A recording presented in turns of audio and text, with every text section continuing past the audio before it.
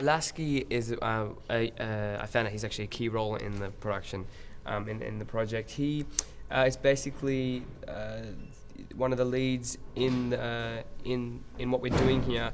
The story kind of centers on him, and he's halfway through his year at the academy, and it's all about him trying to fit in with what's being taught and what's being fed to him in class and on the in training, in all the training sessions, and he is having quite a hard time coming to terms with what he's actually learning and what he's led to believe is right.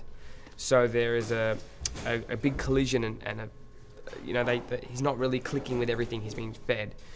So the story is kind of focusing on him and how he's trying his hardest to work out what is right and what he's believing. And I really did relate to him. I found a lot of teenagers themselves can relate to the character. Basically, they've just taken a teenager from the real world and put him a couple of 100 years in the future. It's all about his life and kind of trying to fit in and trying to work out where your place in this world and what am I going to do when I'm older. It's that's what this story is kind of focusing on. It's that coming of age story.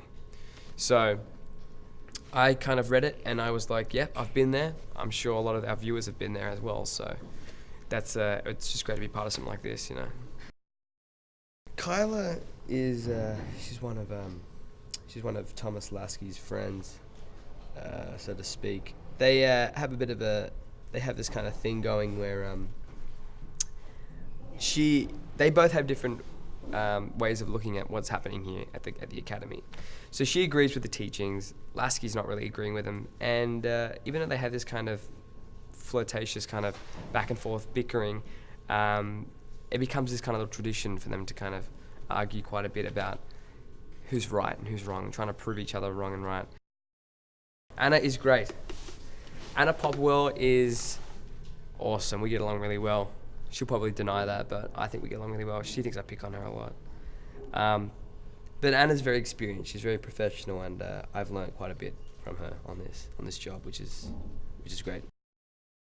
Daniel's a big dude. I think they've made this role for him. He's a tall guy. I actually remember when we first got to meet him, and everyone's kind of like, this guy is huge. Like, this guy is really big. I'm 5'9". This guy is like over 6 foot. And I'm just going like, this guy's huge. And he's like, yeah, I'm tall. And I remember Kat looking up at him going, gee, you're so tall. Like, and everyone's just cracking up. And she was just obsessed with the fact that there was this guy over 6 foot in the room. So, yeah, he was a great guy though. He's a lot of fun. On set, he comes in, in the morning. He's like, good morning. Okay, first setup. Let's do it. You do like one rehearsal. Let's just shoot it. I trust the actors. Let's just do it. We'll shoot it, and I got to see some of this, just a few things here and there, and everything just looks sick. Like, everything's turned out so well, and his other projects that he worked on, like H+ and stuff, everything just looks great. I can't wait to see more of his stuff. The Halo franchise is so big, and I think people underestimate sometimes how big it is. I think personally for me, I would love for the fans to accept what we're doing here and what we've been working on. I think maybe they're expecting something, and they're not gonna. I think what we're doing here is we're making something that is going to be different to what these guys are expecting. They see Master Chief maybe from a leaked photograph, and they might think that the entire story is going to revolve around him. When in actual fact we're shooting something that takes place quite before the next Halo game. So I think it's going to be great. People haven't really seen anything like this with Halo before.